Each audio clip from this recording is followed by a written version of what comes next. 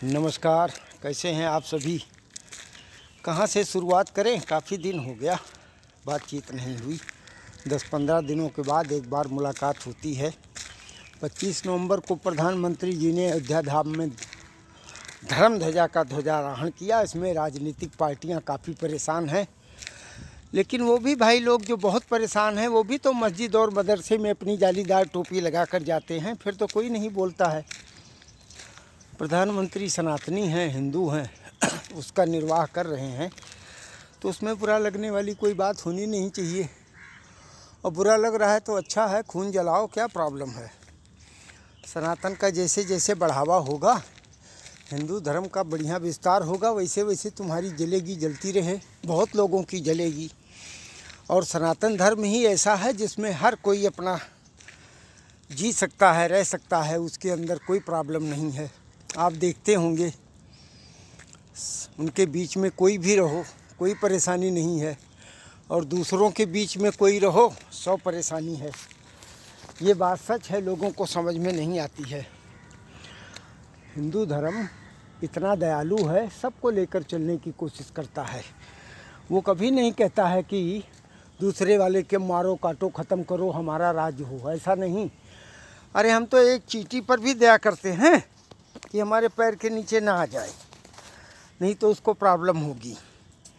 और दूसरे ऐसे कई लोग हैं कि नहीं, अपने साम्राज्य के लिए इनका नाश कर दो, ख़त्म कर दो। जब ये ख़त्म हो जाएंगे तब हमारा राज होगा। इनके घर परिवार संपदा पर सब कुछ हमारा राज होगा। बस इनके घर में जो पुरुष एक मालिक है, जो पूरे परिवार का संरक्षक है, बस उसी को समाप्त कर दो। बाकी उनके घर के बीवी बच्चे संपदा सब हमारी है। तो जो ऐसी योजना और भावना लेकर चल रहे हैं, उनकी और हमारी तालमेल कैसे हो सकती है। ये बात तो हर हिंदू को समझना चाहिए। और हिंदू धर्म के लिए, सनातन धर्म के लिए अपना कुछ सहयोग करते रहिए, कुछ जागते रहिए, जगाते रहिए। जो गलत कर रहा है उसका विरोध करिए, नहीं तो आपकी आने वाली जो पीढ़ी है वो बताएगी बाप हमारे जो है ऐसे डरपोक, कमज़ोर और नपुंसक थे कि उनके सिर के ऊपर तक दुश्मन आकर खड़े हो गए, उसके बाद भी चुपचाप तमाशा देख रहे थे, सोच रहे थे जो हमारे बच्चा पैदा होगा वो आगे चल के करेगा, हम क्यों कुछ करें। इस बात का तो ध्यान रखने की ज़रूरत है। दूसरी बात, सड़क दुर्घटनाओं को देखता हूँ मैं, रोज़ पेपर में पढ़ता हूँ। टीवी उवी के समाचार में तो कम दिखाते हैं, लेकिन जो समाचार पत्र आता है, न्यूज़पेपर, उसमें सब कुछ विस्तार से बताया जाता है। बड़ी दुर्घटनाएं हो रही, पूरे परिवार गाड़ी में भर के गए, सब के सब एक साथ किसी ट्रक के पीछे से घुसे और ख़त्म हो गए। क्या रहा यार, बताओ। फैशनबाजी में ज़िंदगी का सत्यानाश कर लिया। बिना हेलमेट के लौंडे चल रहे हैं। बाप ने वहीं जो देख से एक पल्सर बुलेट ला के खरीद कर उनको दे दी है, चाबी पकड़ा दिया है, क्योंकि इकलौते पुत्र हैं, नाराज़ हो जाएंगे, प्रॉब्लम हो जाएगी। और गए और मरे पड़े हैं, गाड़ी के साथ ही डेड बॉडी भी आ गई है। ऐसा क्यों करते हो भाई। बड़ी मुश्किल से 1-2 पैदा किए हो, फिर तुम्हारी उम्र जब 60 साल की हो गई तो वो 18-20 साल के होके ख़त्म हो गए। फिर आगे तुम कुछ कर भी नहीं सकते। सारी तुम्हारी संपदा, प्रॉपर्टी, सब कुछ ऐसे धरी की धरी रह जाएगी। ये हमें दुर्घटनाओं से बड़ी पीड़ा है, जिसको कहते हैं बिना मतलब की मौत। और इसमें लगभग नौजवान मरते हैं, 35-40 साल से कम उम्र के। सड़क पर चलेंगे, हेलमेट वगैरह बिल्कुल नहीं लगाएंगे, सोचेंगे क्यों लगाना है, बिल्कुल स्टाइल से चलना है।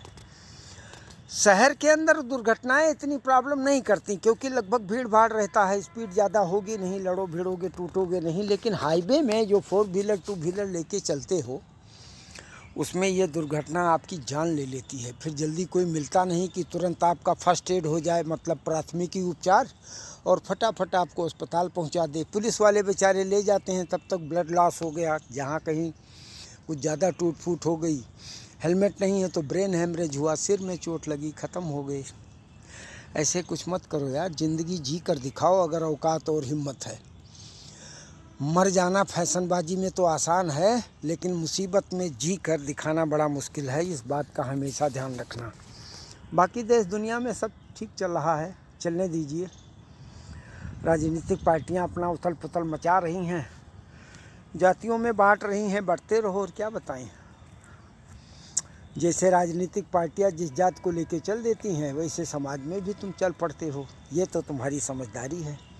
ये नहीं देखते हो कि पड़ोसी हमारा दूसरा है तो वही काम आएगा। कोई पार्टी, राजनीतिक पार्टी सबसे पहले काम नहीं आएगी। बस यही सारी बात है। बाकी ठीक रहो, खुश रहो, स्वस्थ रहो, परिवार के साथ ठीक ठाक रहने का कोशिश करो। और हमारे उत्तर प्रदेश में तो ठंड की अभी शुरुआत बढ़िया हो गई है। कई राज्यों में भी चालू हुई होगी। और उसमें ख्याल रखो, बूढ़े बुजुर्गों का ध्यान रखना। ठंडी निकल जाएगी तो 1 साल वो साथ में रहेंगे। बूढ़े बुजुर्ग का मतलब जो 70, 75, 80 साल के आसपास के हैं।